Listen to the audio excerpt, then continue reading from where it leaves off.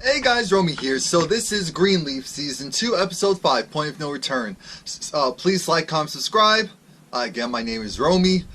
It starts off with Grace. Grace is sneaking in the house, trying to act like, alright, so I was here the whole time. But no, Sophia's awake. Oh, what are you doing awake? Well, I just wanted to get the day started early. I was praying and all that. How are you, Mom? What you been doing? Don't worry about it. Now, we have Jacob who's awake because Carissa's let it be known the power is out. I tried to plug two things in at once, and it blew. They're trying to figure it out, can't figure it out. Skanks gives Jacob a call and tells him, look, we have some stuff to work on. Did you know about this? No, about what? Did you know about this injunction? What? Yes, Calvary put out an injunction against us, saying that we can operate for at least a full month on the site. So you need to come down here. Come down to Tribe. No, come down to Calvary. What? We're going to do a sit-in. We're going to go and take the fight to them. Carissa said, good. Go for it. Why not? Be a boss. Lady Mae's being super nice to Aaron. Oh, hi, it's so nice to have you here, Aaron. The house is a little more quiet due to Jacob being gone, so I'm so glad to have you with us, and you're here to protect us and make sure that our church is standing and doing everything that needs to be done. You're such a good... Now, here's the thing. I got very weird mixed signals.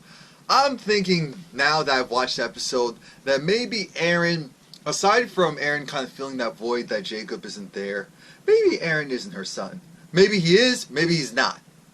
Who knows with this show? All I know is that something's not right here. So we get past that, and of course it's like, oh hey bro, what's going on? It's like, hey Aaron. I find it weird that Aaron was willing to help. I'm jumping ahead. But Lady Mae, she's like, oh hey Kevin, smooch. What's going on with Kevin? Kevin's a little over the fact that Charity wants to get a divorce, but he needs clarification. You want us to get a divorce, but you haven't sat down with me so that we can discuss the details. And what's going to happen next. Well, of course you're going to be using your son's life. Yes, I know that. That's not the issue. The issue is, like, are we is or are we not? Like, what's going on here? He's going to go and make some time in the schedule so that he can be around his son more, so Cherry can go with her little music producer and figure out the album art cover. Or the single art cover. No, album art cover. Said Kevin can't be happy about that. Grace is super excited to be at the church. She's just been saved, so she's super preachy. And Grace loves her daughter, but she doesn't want to hear all that. She's trying to figure out, so mommy, what have you been doing? Well, has it been Darius? Excuse me? I haven't slept with him, if that's what you mean. No, but really, Mom, what have you been talking about with him? If you don't want to know, it's about Mac and how to get rid of Mac. Well, mommy, don't you think it's better to go and pray for him? Yes, there's prayer, but then there's also action. And I'm focused on the latter right now. So, okay, so I'm going to pray for all of you and keep it pushing. Love you so much. Oh, love you too, smooches. Darlene's there, and Darlene has to let Grace know, oh, hi, Grace. Aside from the formalities, they now know that Darlene's daughter doesn't want to go and testify against Mac. She just wants to put it behind her. So now Grace has one less person that she can utilize. Here comes Pastor Skanks walking into Calvary with Jacob saying, look, we just go in there, barge in there, act like we the bosses, and get things accomplished. They walk right past the receptionist / assistant. I forgot her name. And it was right there. It was right there. But she's like, you can't go in there. What are you doing? Jacob, what's going on? Oh, I'm so sorry. We can't take him anywhere. Next, Pastor Skanks is letting it be known, this is a sit-in. You're not going anywhere. I mean, we're not going anywhere. We're not going anywhere until you talk about this whole injunction that you're trying to have. Bishop said, that's great and all, but I'm going to go and exit stage left, and keep it pushing. You can stay here and do whatever you want to do. But not really. Don't touch anything. Grace is having some trouble because there's this couple that need to get married. And the wife is really high-strung. She's really high-strung, and something's off. I don't know what the husband did. Not the wife, but, the soon-to-be wife It's really high strung, and she's over it. It almost sounds like she wants to call off the wedding. Grace is saying, why don't we do this? Why don't we run through the rehearsal and then we discuss all the issues that you have? I mean, and discuss all of your concerns. Yes, that's how we're going to phrase it. All of your concerns. She said, okay. I'm still trying to figure out what the husband do, because she shouldn't be trying to almost get out of this too easily. We then have Charity and her dude. Charity's like, oh, okay, I trust you, because he's saying we need to go with this black and white. It's timeless. It's a little sensual, but not too much, you know. They won't throw stones at you like they threw it on Mary Mary, so it should be good. Oh, thank you so much. And he tells her, you know what, maybe you should go and do music full time, you know, professionally. Oh no, Calvary pays me very well. Look, I know, they're paying my checks too. But maybe you should songwrite. You can come to Nashville a couple of days out of the month, and it'll be great. I mean, it'll be a contract where you just go, you write, you have fun, and you have more talent than people who are making millions of dollars off of this. I said, who are you referring to? I want some names. I want some names. I can throw out some names, but I won't. Anyway. She's just so thankful for him and everything that he's done for her. They go and they hug and they embrace, because their time together is essentially up, except for possibly the songwriting stuff. That was a long embrace. She said, you don't know what you've done for me and how you've helped me grow and how much your belief in me has made me such a better person. Oh, it's just great. I appreciate you. So they're really close and they're talking. It's like, you know what, you're a great person. I loved working with you. I'm looking at this like, okay, who's going to interrupt this? Because this is too much right now.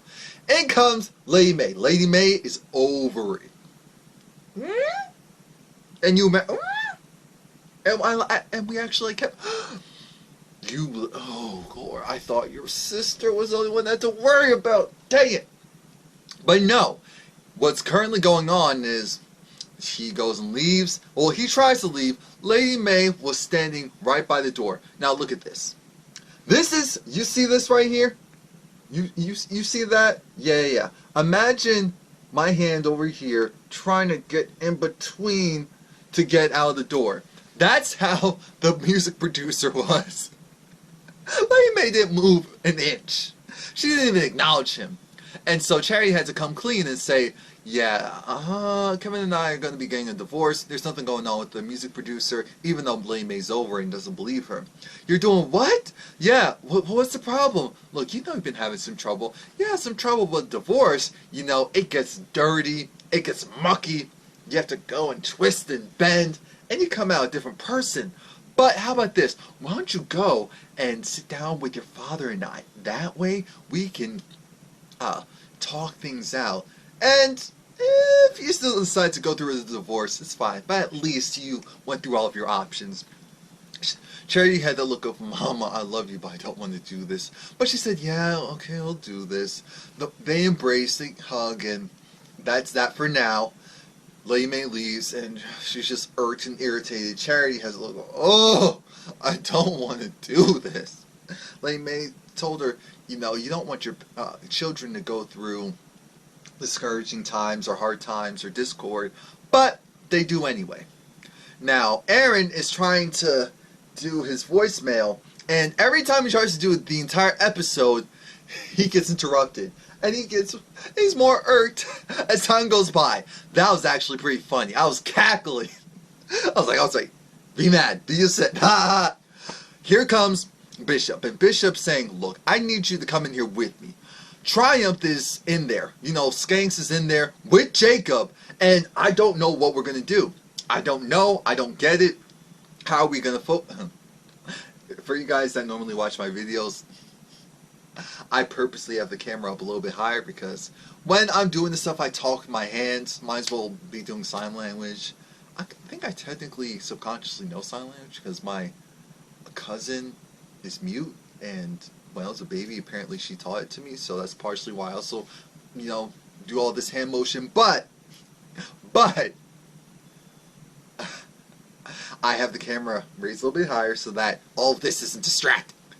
Anyway, there goes Aaron. He goes back to trying to do his voicemail because Bishop said, okay, what's the game plan? Oh, we can go and you'll come in and we'll figure something out. Perfect.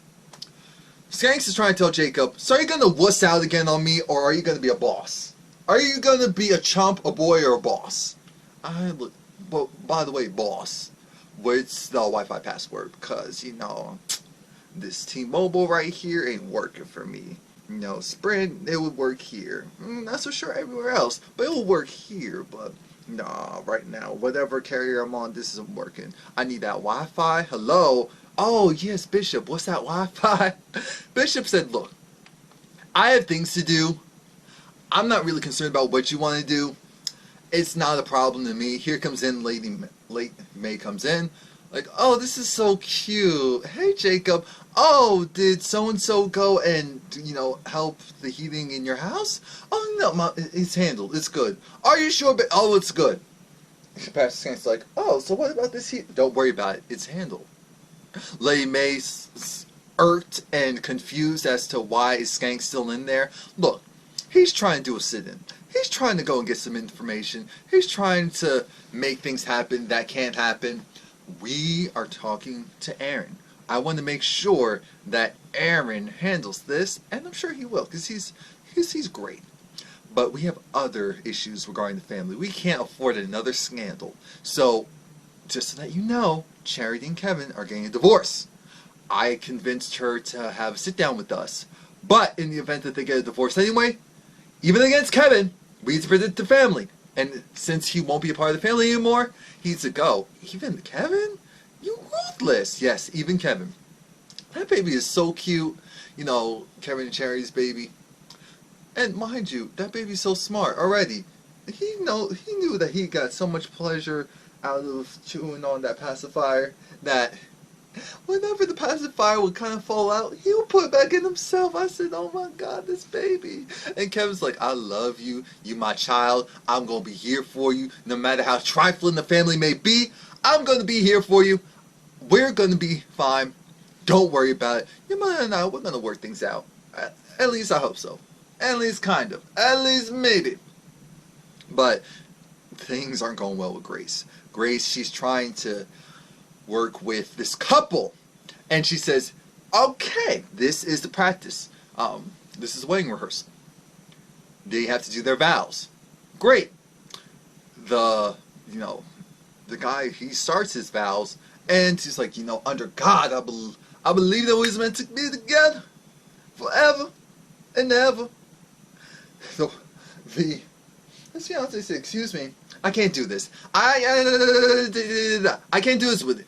Oh no, well maybe if we just go and, because Grace is trying to go and smooch her and say, maybe if we just go and do this, then we can get this accomplished and everything will be fine. She told her no. Here's how this really works. I can't do this. I'm sorry. I have to go. I'm sorry, everyone. This is fake. This is phony. Tasha, which is Pastor Skank's wife, he comes over and he lets it be known. She comes over and she's like, oh, so I know you're a little high maintenance and you want your heating, so I'm going to go and get this fixed for you. We'll call a repairman if we need to, but we won't have to. I got it covered. She doesn't know what she's doing. She has no idea what I was hoping that she did so that she could be like, ha, to Carissa, but she didn't. And Carissa just looked at her like, so you're really going to be cheap out on us, really? When you have a penthouse in the sky, ha ha? Really? Really? Jacob is still trying to figure out what Pastor Skanks. Look, we have to have something in common. So then Jacob talks about how his first love was baseball. And he was actually really good. But when Gigi left, he had to come back to the church and kind of take over things. And he never really gotten over that. Pastor Skanks says, you know what? You and I have something in common. My father, he loved, what was it? They both played baseball, Pastor Skanks and Jacob. And his father also loved baseball. That was the only thing that they had in common. So when he died, his mom came into the room, gave him some hot cocoa, and then told him the news, the next morning. And he said, you know what? You're a man of God. You're a man of faith. I understand what happened is horrible. I really do. But why don't you go and not forgive, but why are you doing this? And you're really going after the church? You're really trying to bring down the church? He said, no. I'm not trying to bring down the church. I'm not trying to bring down the Father. I'm trying to raise you up. I said, oh, that's so cute if I believed it. You can't do this Jedi mind trick on me. You can pull it on Jacob, but not I. Pastor Skank says, come on in. Let's do a conference. Let's go into the conference room so that we can really talk things through. So that I can have my lawyer, have representation. We'll be all good. We'll be all good. Sophia, she's getting her ministry, and she's learning about, the whole thing is now that she has been baptized, here's one thing you can't say: you weren't baptized. There's people who get baptized and have to do it 10, 15 times before they really feel like it sticks. Or they need like an annual renewal. But the thing is, once it's happened, it's happened. And now you know that you're truly back in the fold and a child of God. And that's who you rely on. That's who you put your faith in. That's who you trust. All of that. Gigi gets her feelings hurt because she finally finds out from the high-strung, the high-strung, supposedly Susan B. Bride, that unfortunately, I actually wanted to have Bishop go and marry us. That's the main issue here. I said, that's a lie. That's a lie. That's not the main issue here. And if it is, that's really sad. I wanted to have Bishop marry us, and so when I found it was you, I was disappointed. And to make matters worse, I just want to know one thing. Of course, that hurt Gigi in general, but to make it worse, I said, so why'd you actually stop? What do you mean? Why'd you stop preaching? You're supposed to be a pastor, you're supposed to be a Christian, and yet you stopped preaching. You stopped preaching the Word of God. And now you want me to go and get married under you? That doesn't make any sense. Now, I was a little conflicted. I said, ooh, you really judgy. That's not of God either. So, what about you? But on the other hand, it's not that she was wrong. It's not that she was wrong. I wouldn't necessarily want to get married by Gigi either. I mean, but the thing is, that woman wanted a stage. She wanted the production. She wanted the frou-frou-la that Bishop would normally give. But aside from that, the husband said, you know what, it's not your fault. And I know it's not her fault. She's doing the thing that everyone does. Not everyone does, but a lot of people do. Deflect and blame other people.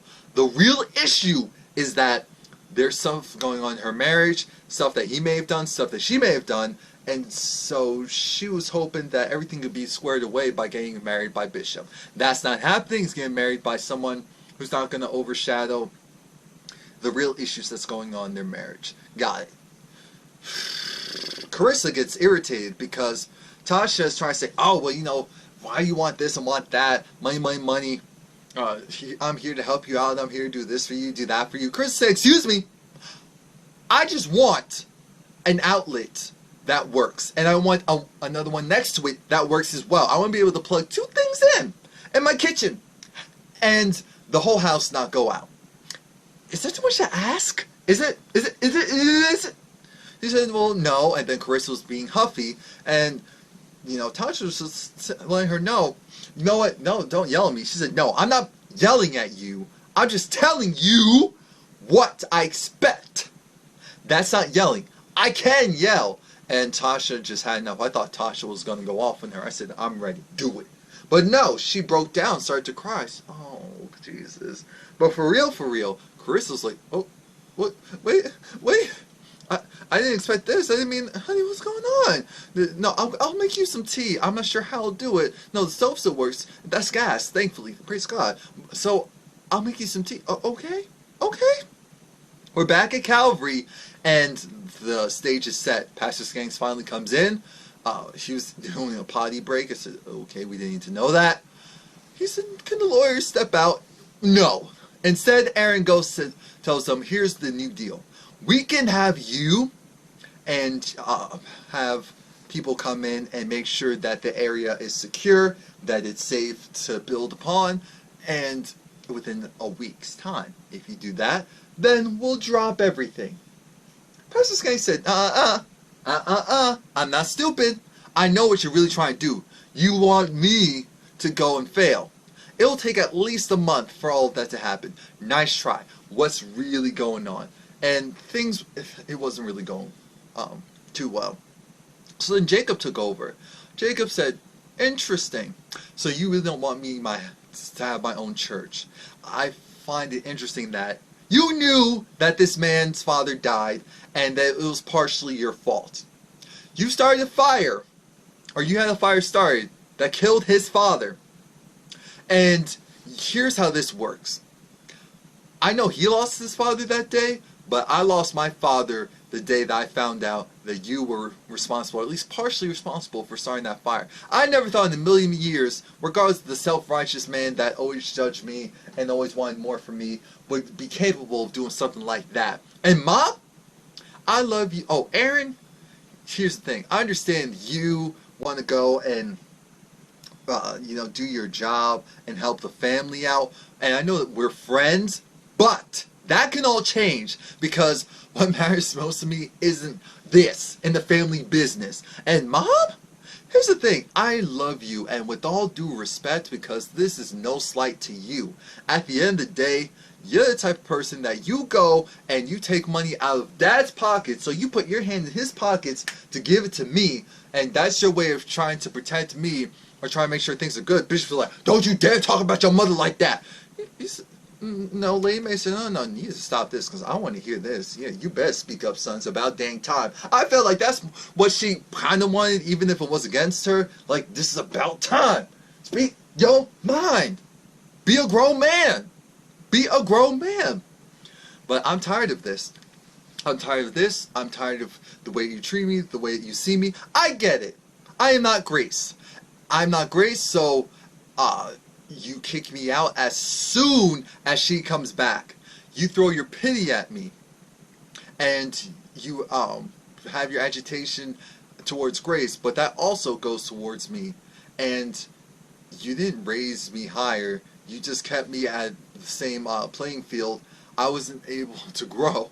Not under you guys, not under your tutelage. So what am I doing here? I need to go somewhere and be a boss, essentially, is what Jacob was saying. I can't do this with y'all. Y'all, no. No. I'm done with all this. Pastor Skanks had that look of, so, I guess the sitting is over. Mission accomplished, which we know that was partially his mission, to have Jacob finally stepped behind him, because Jacob is too comfortable having other people telling him what to do, and he goes along with it. I've definitely seen that regarding his character. He's the type that people can talk greasy to him, and he'll still just kind of be like, okay, sitting back in the clutch. But you can't do that. You can't do that. You need to be assertive. You need to speak your mind. So, Pastor Skanks just say, hey, shout out to you. Shout out to you. And no need to apologize to me. I said, excuse me? Apologize to you for what? For what? Before that conversation got started, Grace, was like, oh, excuse me, yeah, you can go, but I need to talk to my brother. So she's trying to figure out, why are you going to try to steal the church from Dad? That's still pretty messed up. You know how hard they work for it. He said, look, Grace, here's this thing. This whole judging thing, that was cute, but what about you? I did not know what was happening to our sister, that Mac was molesting her. You did. What you did instead was you left.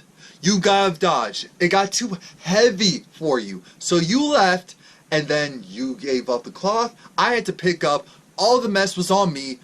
You have no idea how difficult it was being in that house after you left. And yet, I have to go and be the one that fixes everything. I'm done with it. I'm done with it, and I'm not going to allow you to put your stuff on me. Don't hang your crud on me. How about that? I said, oh, okay. I felt like some of that was a little misdirected, but maybe Grace didn't need to hear that, because she did leave. At the end of the day, she did leave. We're just talking about facts right now.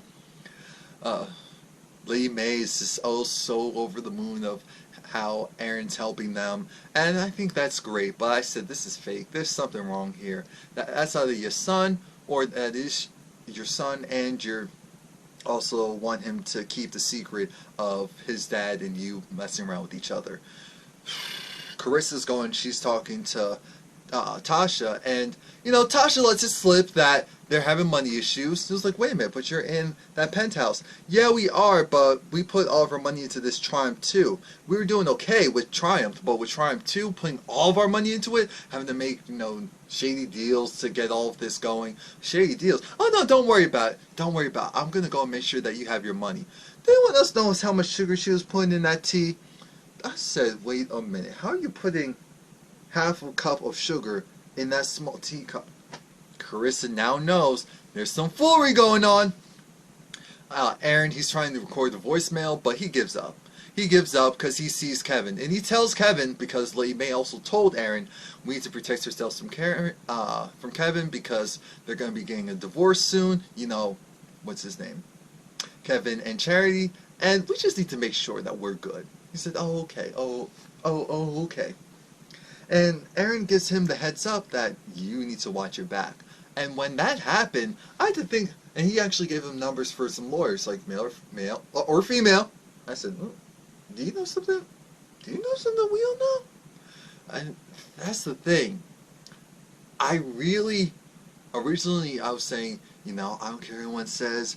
I think that somehow, some way, some shape or form, that Aaron and Kevin, that there's going to be there's going to be something there. But it could just be a friendship. I'm going to be the optimist and say, he sees how this family operates and he just wants to try and help out the odd man out. I'm going to leave it at that, but I'll never take it away the possibility of there could be something more going on with those two storylines. Bishop, he goes, has a sit-down meeting with the board, and everything's going well. He's like, look, Triumph, that may not be an issue. We're going to forge ahead. We're stronger and better than ever. His speech was really irrelevant. Carissa, Jacob tells Carissa how his day went. That's great. But then, dang, it's that bad where it was either food or lights? I said, wait a minute. Really? Wow. But she goes and says, I talked to Tasha, and I think there's an issue with the money. Kevin, Lady Mae goes and talks to Aaron, and she brings him this nice, what was it, grapefruit pound cake or something, and he essentially told her, oh, thank you, this is so great, just like how your mother made it. He said, great, but I'm not going to tell anyone about the relationship that you and my father had. That's not necessary. Why would I do that? I mean, at this point, that's just silly. And she said, oh, thank you. And again, I feel like she looks at him almost like a replacement son since Jacob's out of the house. Unless he's also her son and there's some weird plot twist. Look, I'm just throwing everything out there. But Grace comes home, and Sophia wanted to know, oh, so can I be invited to the wedding so I can see a wedding ceremony and how you would preach over that? Well, that's not going to happen. Well, why? Well, maybe we should pray for them. Can we pray for them? I don't think prayer is going to work. Grace said, well, can we pray for you? Because how can a pastor not feel that prayer is going to work and change things and help things? And she just prayed for her mother, prayed for her to find the strength to come back to the Lord fully and to see things in a different light and, like I said, put her faith back in God. I said, okay, Sophia, so that's it. Please like